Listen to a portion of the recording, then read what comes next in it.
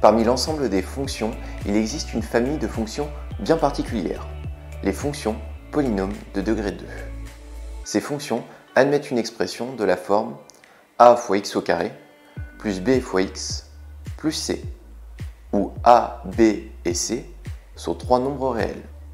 Les trois coefficients a, b et c peuvent prendre n'importe quelle valeur, à une exception près. En effet, le coefficient a ne peut pas valoir 0.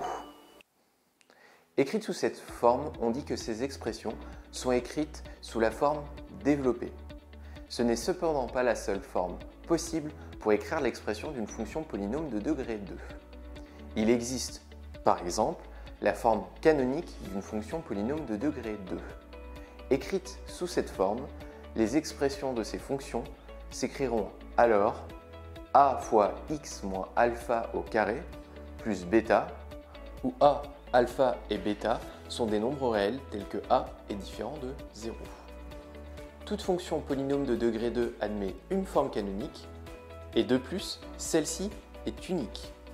Attention par ailleurs, et ceci est très important, tout ce qui va être dit dans cette vidéo ne s'applique qu'aux fonctions polynômes de degré 2. Prenons un exemple pour illustrer ceci. Considérons la fonction polynôme de degré 2 f, dont l'expression sous forme développée est égale à 3x au carré moins 6x moins 10, et dont l'expression sous forme canonique est égale à 3 fois x moins 1 au carré moins 13. Identifions alors les coefficients mis en jeu. Dans la forme développée, on a que petit a est égal à 3, petit b est égal à moins 6, petit c est égal à moins 10. Dans la forme canonique, on a que petit a est égal à 3, alpha qui est égal à 1 et bêta qui est égal à moins 13. Deux remarques très importantes avant de continuer.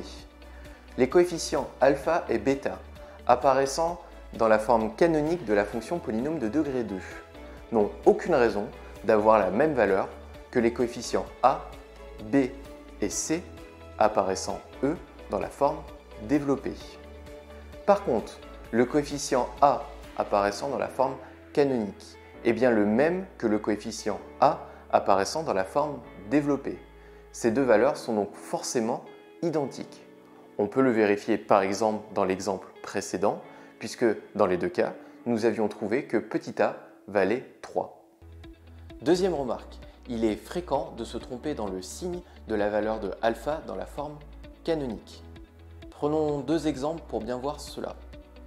Tout d'abord, considérons la fonction f polynôme de degré 2, dont la forme canonique est égale à 4 fois x moins 2 au carré plus 7. Dans cet exemple, alpha est égal à plus 2 et non moins 2. En effet, l'expression générale de la forme canonique est a fois x moins alpha au carré plus bêta. Ainsi, le moins fait partie de l'expression générale, il n'est donc pas à prendre en compte dans la valeur de alpha. Second exemple, considérons la fonction polynôme de degré 2 f dont la forme canonique est égale à 8,1 fois x plus 1 au carré plus 4,7. Trouver directement la valeur de alpha dans ce cas n'est pas si facile, puisqu'il n'y a pas de signe moins apparent dans le carré. Pour éviter ce problème, on va utiliser l'astuce suivante. Puisque deux signes moins qui se suivent sont équivalents à un plus, on va réécrire le plus présent dans le carré comme deux signes moins. Ainsi, la forme canonique devient f de x égale 8,1 fois x moins moins 1, le tout au carré, plus 4,7. En tenant compte des remarques que l'on a faites pour le premier exemple, on trouve ainsi que alpha est égal à moins 1. Mais du coup, à quoi sert la forme canonique d'une fonction polynôme de degré 2 ? A-t-elle vraiment un intérêt supplémentaire par rapport à la forme développée ? En fait, la forme canonique d'une fonction polynôme de degré 2 est très utile notamment pour déterminer son sens de variation. En effet, on a la propriété suivante. Si on considère une fonction polynôme de degré 2 que j'appellerai f et dont la forme canonique est a fois x moins alpha au carré plus bêta, alors les coordonnées du sommet de la parabole représentant f dans un repère orthonormé sont alpha pour l'abscisse, bêta pour l'ordonnée. Ce résultat est d'autant plus fort qu'il ne dépend pas du signe du coefficient a. En effet, on sait que si a est positif, alors la parabole est tournée vers le haut. Et si a est négatif, alors la parabole est tournée vers le bas. Et pourtant, dans ces deux cas, les coordonnées du sommet de la parabole sont les mêmes et sont égales à alpha, bêta. Ainsi, si l'on connaît la forme canonique d'une fonction polynôme de degré 2, on connaît alors les valeurs de alpha et bêta, et donc les coordonnées du sommet de la parabole. En observant les courbes représentatives de fonctions polynômes de degré 2, on constate qu'il y a un seul changement de variation et qu'il est toujours situé au niveau du sommet de la parabole. On peut donc en déduire, grâce aux valeurs de alpha et bêta, les tableaux de variation suivants.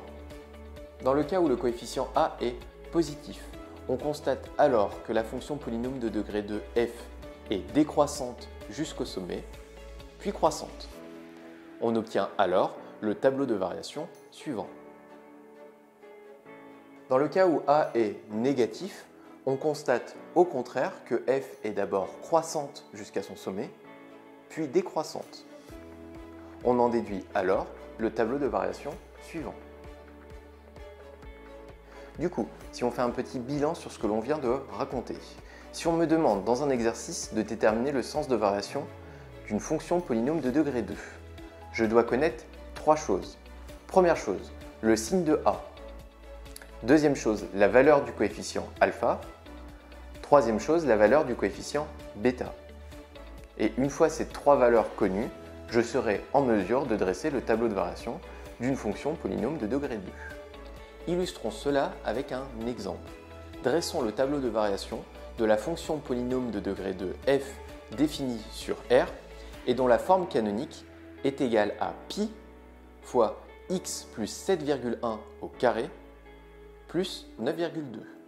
Dans ce cas, a vaut pi, alpha vaut moins 7,1 et bêta vaut 9,2. Puisque l'on connaît ces trois valeurs, on peut directement dresser le tableau de variation de cette fonction. Puisque a est positif, la fonction va d'abord être décroissante puis croissante. On indique bien sûr les valeurs des coefficients alpha et bêta au niveau du changement de variation. Il est important de faire figurer dans sa réponse que a est soit positif soit négatif selon les cas pour bien faire comprendre au correcteur que le sens de variation est une conséquence du signe de a. A noter que dans certains exercices, il est demandé de dresser le tableau de variation d'une fonction polynôme de degré 2 alors que seule son expression développée est donnée. Dans ce cas, pour répondre à la question, il est nécessaire de transformer l'expression pour qu'elle ne soit plus sous la forme développée, mais sous la forme canonique. Les méthodes, parce que oui, il en existe plusieurs qui permettent de transformer une expression sous forme développée en une expression sous forme canonique, sont expliquées dans une autre vidéo.